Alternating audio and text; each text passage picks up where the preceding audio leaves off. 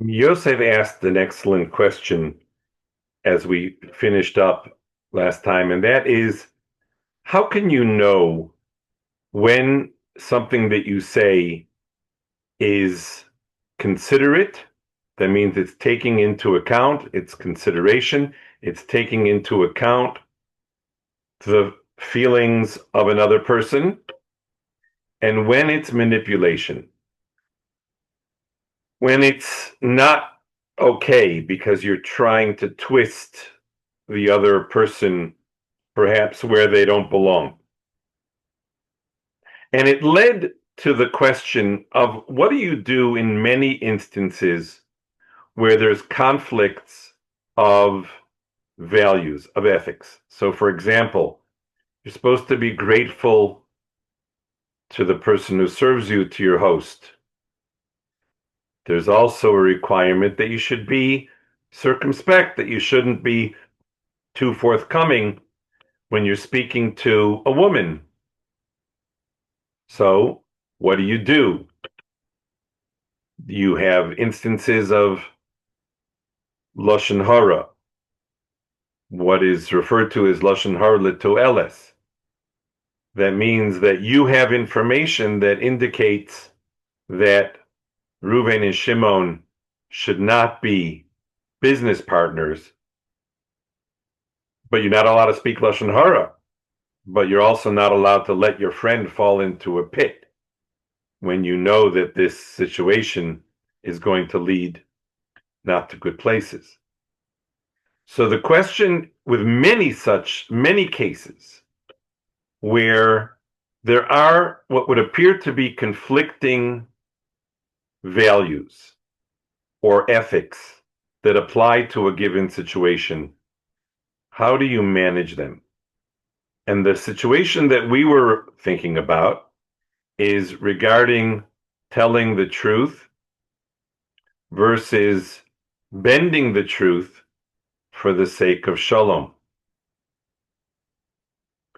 The Gemara actually makes reference to other instances where a person might bend the truth, matters of tznius, modesty, humility, where there might be other instances and examples of where it would be permitted, if perhaps required, to bend the truth in order to proceed.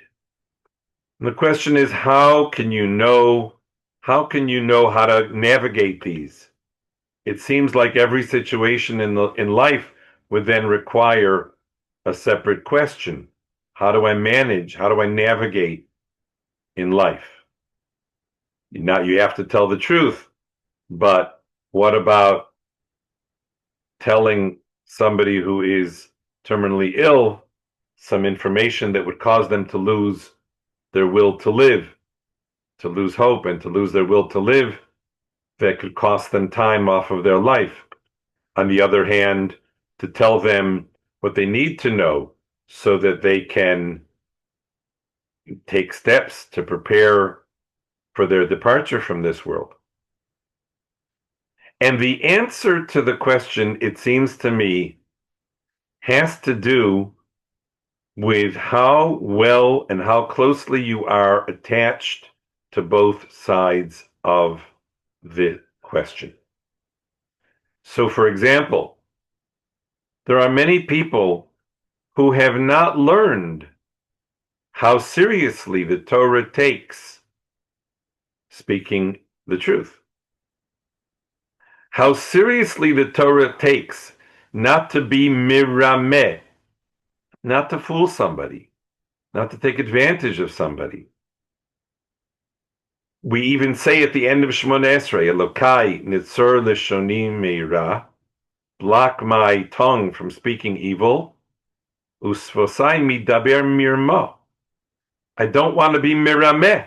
I don't want to delude and deceive anybody. Mirma is what the Chafetz Chaim refers to as echad bepeh ve'echad belev. I'm deceiving the person because in my heart I think something different than what I am going to say. and that's a deception. And to deceive someone is a mirma that we ask Hashem to help protect us from speaking a mirma. In order to move forward, a person needs to know how serious it is to deceive someone. He needs to be steeped in understanding the nuances of how important it is to speak the truth. And that has to fill his whole heart. There's another thing that needs to fill his whole heart, and that is the sense of shalom in the world, of what shalom means. And that it's the signet of a Kadosh Baruch Hu, just like emes is a Kadosh Baruch Hu's chotemet, it's his stamp. Kadosh Baruch Hu loves shalom. In fact, when somebody discussed the Chazal say that Hashem consulted with 4 entities before creating man. And Chesed and Tzedakah voted in favor because man does kindness, man is charitable. And Emes and Shalom voted against.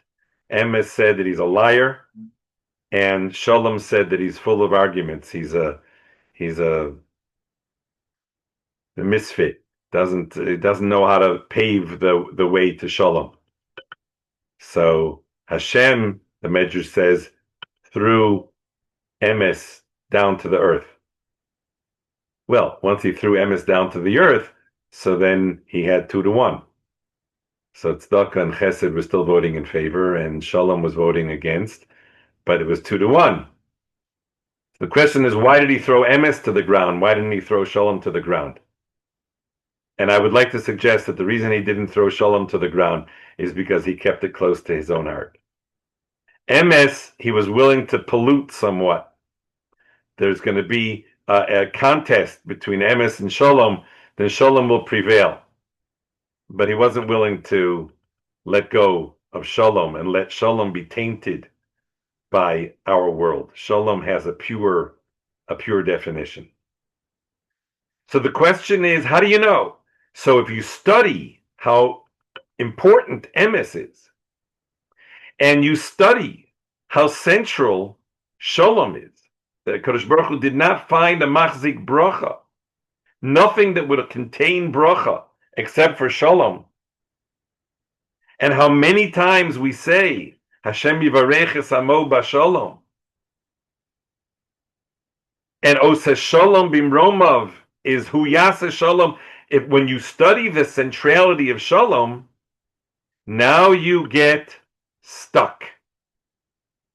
And when you're stuck, because you know and feel the value of Emes, and you know and feel and you've studied the value of Shalom, and now you're stuck, now you'll come up with the right answer. Now you'll know what to do in given situations. Anybody who doesn't know much about Emes, but champions Shalom, oh, Shalom, that's really important, Shalom, well, they can't answer such a question because they're willing to compromise Emes. And anybody who is rigidly attached to Emes and doesn't know the value of Shalom can't answer such a question because his world is a world of Emes, and that it becomes his battering ram, that he clobbers everybody with Emes. So in all of these instances, you need to know, for example, the primary value of being grateful, of expressing your gratitude and feeling your gratitude towards someone who has done something for you. And you need to know the limitations and how valuable tznius is to the Torah. Then you get stuck. What do I do now? Then you'll come up with the right answer. When the two values are sitting so closely, then you'll come up with the answer. There's a famous story that Rav Volbe, I believe that I hope I have the names right, that Rav Volbe went into Rav Yerucham to borrow some money to be able to get a ticket for his Bein Hazmanim. He lent him the money. When he came back, he said thank you to Rav Yerucham. So Rav Yerucham gave it to him over the head. Ribis Dvarim. Ribis, you're returning what you didn't take. You're returning more than you took by expressing your thanks. So duly chastised, and the next Bein Hazmanim, he again borrowed money, and he came back. He just put it on the table in front of Rav Yerucham. Yerucham said, "That's how you return money? We lent you money. That's how you return money? Just put it down on the table." So Rav Volbe said, "So now I'm stuck. What do I do now?" He said, "Now you know how to return money. When you're stuck and you feel that, then the energy that you come into the room with is the humble energy of gratitude and the respect that you have for the limits where you can't give more than you took. When you have both, then you can navigate. But if you don't have both, you can't navigate. And if you'll allow me to, I believe that this is what is meant by the expression in Pirkei Avos, Lo Am Haaretz Chosid.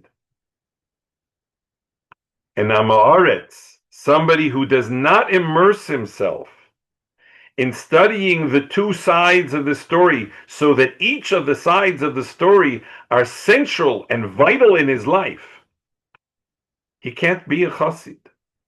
Because a chassid is the one who knows how to delicately dance between the raindrops. But he will never be the chassid. Because for him, the answer is simple. Whichever one he's more inclined to, that's the one that he goes with. And therefore, Lo Am Haaretz Chassid. Whenever we're dealing with any aspect of our lives, there's always going to be a healthy sense of stuckness. And there's nothing better than that sense of stuckness. When you feel truly stuck, that's when you know that you'll have siyata d'shmaya, that you'll know what to do and how to do it and what the right thing to do is. But if you don't feel the sense of stuckness, then simply asking the question is going to be useless. Because you'll be asking it of somebody who's not inside you, who doesn't know the struggle between these two forces. Maybe you'll get what his answer would be, but you won't get your answer. You won't get your resolution. You won't get what you bring to the world when you are caught in the stuckness of two precious values in the Torah. Stuckness is not an enemy. Stuckness opens up channels to siyata d'shmaya. But the only way we can get to stuckness is if we give the proper attention to both sides of the coin.